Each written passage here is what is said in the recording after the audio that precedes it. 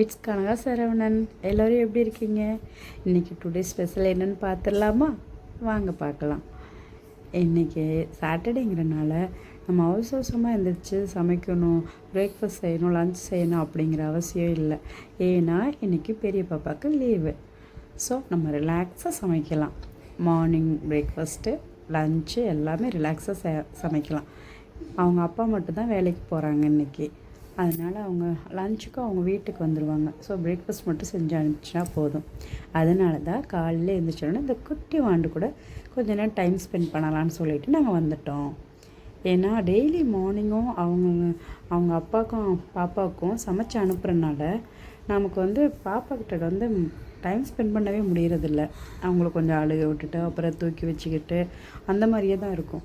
So இன்றைக்கி Saturday, இது Sunday எப்போதுமே அப்படி தான். சாட்டர்டே சண்டே மார்னிங் அவ்வளோ ஹரிபரியாக ஒர்க் பண்ணணும், உடனே அனுப்பணும், டைமிங்க்கு பண்ணணும் அப்படிங்கிற இது இருக்காது. கொஞ்சம் ரிலாக்ஸாக பண்ணிக்கலாம். சரி, இந்த குட்டி பாப்பாவோட சிரிப்பை பார்த்துட்டே ஒரு இது பண்ணிக்கலான்னு சொல்லிட்டு தான் இன்றைக்கி கோலம் என்னென்னு பார்க்கலாமா? எப்போதும் போடுற மாதிரி தான் ஓரளவு சிம்பிளான கோலம் தான் போட்டிருக்கேன். கோலம் போட்டாச்சு. டெய்லியும் பார்க்குற மாதிரியே எல்லா இதையுமே பார்க்காம இன்றைக்கி ஒரே ஒரு ரெசிபி மட்டும் சொல்லட்டுமா? ரெசிபி இது ஏற்கனவே உங்களுக்கு எல்லாருக்கும் தெரியும், இருந்தாலும் எனக்கு தெரிஞ்ச மெத்தடை நான் சொல்கிறேன். இப்போ எனக்கு இன்றைக்கி வீக்கெண்டு. ஸோ எனக்கு எல்லாமே முடிஞ்சிடும். சந்தையில் வாங்கிட்டு வர பொருள்கள் எல்லாமே முடிஞ்சிடும். மிச்சம் என்ன இருக்கோ அதை வச்சு தான் சமைப்பேன். அது சாட்டர்டே எப்போவுமே அப்படி தான். சண்டே அடுத்த நாள் சந்தை வந்துடும். ஸோ அதில் தேவையான பொருள் எல்லாமே நாங்கள் வாங்கிக்கிறோம். அந்த வீக் ஃபுல்லாக என்னென்ன வேணுமோ. அதனால் இன்றைக்கி ரசமும் கருவாடு தொக்கும் செய்யலான்னு சொல்லிட்டு தான் பிளான் பண்ணியிருந்தேன். கருவாடு தொக்கு எங்கள் ஊர் ஸ்டைலில் நாங்கள் செய்வோம். எதுவுமே இல்லைன்னா கூட எங்கள் அம்மாலாம் சமைப்பாங்க, அவ்வளோ சூப்பராக இருக்கும். எதுவுமே இல்லைன்னு மீன்ஸ் ஏதோ ஒன்று ரெண்டு.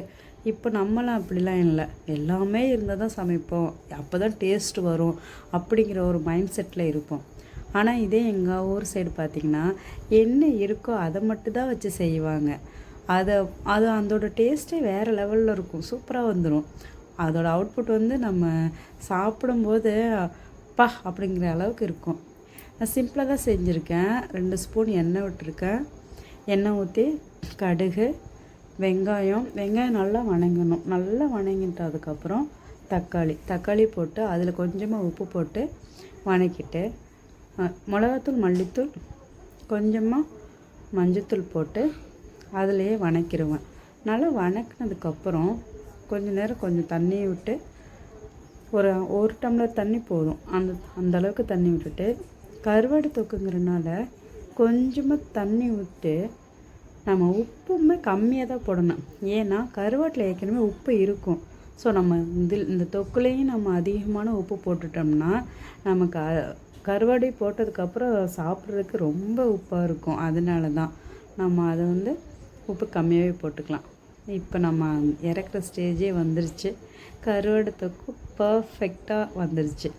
எண்ணெய் இருக்க அதை மட்டும்தான் வச்சு போட்டிருக்கேன், வேணால் பாருங்கள். ஸ்பெஷலாலாம் எதுவுமே ஆட் பண்ணலை. இதோட ரெசிபி எது வேணும்னா சொல்லுங்கள், எப்படிங்கிறத டீட்டெயில்ஸாக நான் போட்டுறேன். அடுத்தது நம்ம எங்கே போகிறோன்னா, இன்றைக்கி பெரிய பாப்பாவுக்கு ஸ்கூலில் ப்ரோக்ரஸ் கார்டு கொடுக்குறாங்க. ஸோ அங்கே தான் போய்கிட்டு இருக்கோம்.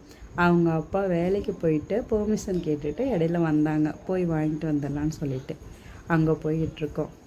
ஸ்கூல் ரீச் ஆயாச்சு. அவங்க கிளாஸ் ரூம் போய்கிட்டுருக்காங்க. நான் பின்னாடி வீடியோ எடுத்துகிட்டு போய்கிட்டுருக்கேன், நானும் கதிராவும். பெரிய பாப்பாவுக்கு ஒரு நல்ல ஒரு ஹேபிட் என்னென்னா, அவங்க அழகாக வரைவாங்க. அது பெயிண்டிங் ஒர்க்கு சூப்பராக பண்ணுவாங்க. அவங்கக்கிட்ட நான் எதிர்பார்க்கவே இல்லை இந்த அளவுக்கு அவங்க பண்ணுவாங்க அப்படின்னா. நல்லா பண்ணியிருக்காங்க. பேப்பர்ஸ்லேயே ஓகே, மார்க் ஓகே. ரொம்ப நான் இப்படி படிக்கணும், அந்தளவுக்கு படித்தாதான் அப்படிங்கிறதுலாம் இல்லைங்க. நம்ம குழந்தைங்களுக்கு என்ன வருமோ அதை நம்ம சொல்லி கொடுத்தா போதும். இப்போ படிப்புங்கிறது நமக்கு இம்பார்ட்டன்ட். அதை விட இம்பார்ட்டன்ட் ஃபிசிக்கல் ஆக்டிவிட்டீஸ் ப்ளஸ் நம்ம எக்ஸ்ட்ரா கரிக்குலர் இதெல்லாம் நமக்கு அது தவிர, படிப்பை தவிர இது நமக்கு முக்கியம். ஸோ நம்ம அதையும் நம்ம குழந்தைங்களுக்கு பழகி கொடுக்கணும். எடுத்திருந்தாங்க 92 87 அப்படி எடுத்திருந்தாங்க. இட்ஸ் ஓகே, நம்ம குழந்தை யூகேஜி தானே படிக்கிறாங்க. போக போக அவங்க புரிஞ்சு படிக்க ஆரம்பிக்கும்போது அவங்க நல்ல மார்க் எடுப்பாங்கன்னு எனக்கு நம்பிக்கை இருக்குது. ஸோ அவங்கள ரொம்ப ஸ்ட்ரெஸ்லாம் பண்ண வேணாம். அப்புறம் வீட்டுக்கு வந்துட்டோம். திரும்பவும் இந்த குட்டி பாப்பாவோட வச்சு விளாண்டுட்டு இருந்தோம். அங்கே கிளம்புறதுல நாங்கள் வீடெல்லாம் சுத்தமே பண்ணலை, அப்படி அப்படியே போட்டுட்டு கிளம்பிட்டோம். அதான் பெரியவங்க பின்னாடி வந்து சுத்தம் பண்ணிக்கிட்டு இருக்காங்க. சின்னவங்க அவங்க பார்த்து அவங்கள டிஸ்டர்ப் பண்ணுறதுக்கு போகிறாங்க. அவ்வளோதாங்க. இந்த மாதிரியோட புன்னகையை பார்த்ததோட இந்த வீடியோவை முடிச்சிடலாமா? லைக் பண்ணுங்கள், ஷேர் பண்ணுங்கள், சப்ஸ்கிரைப் பண்ணுங்கள்.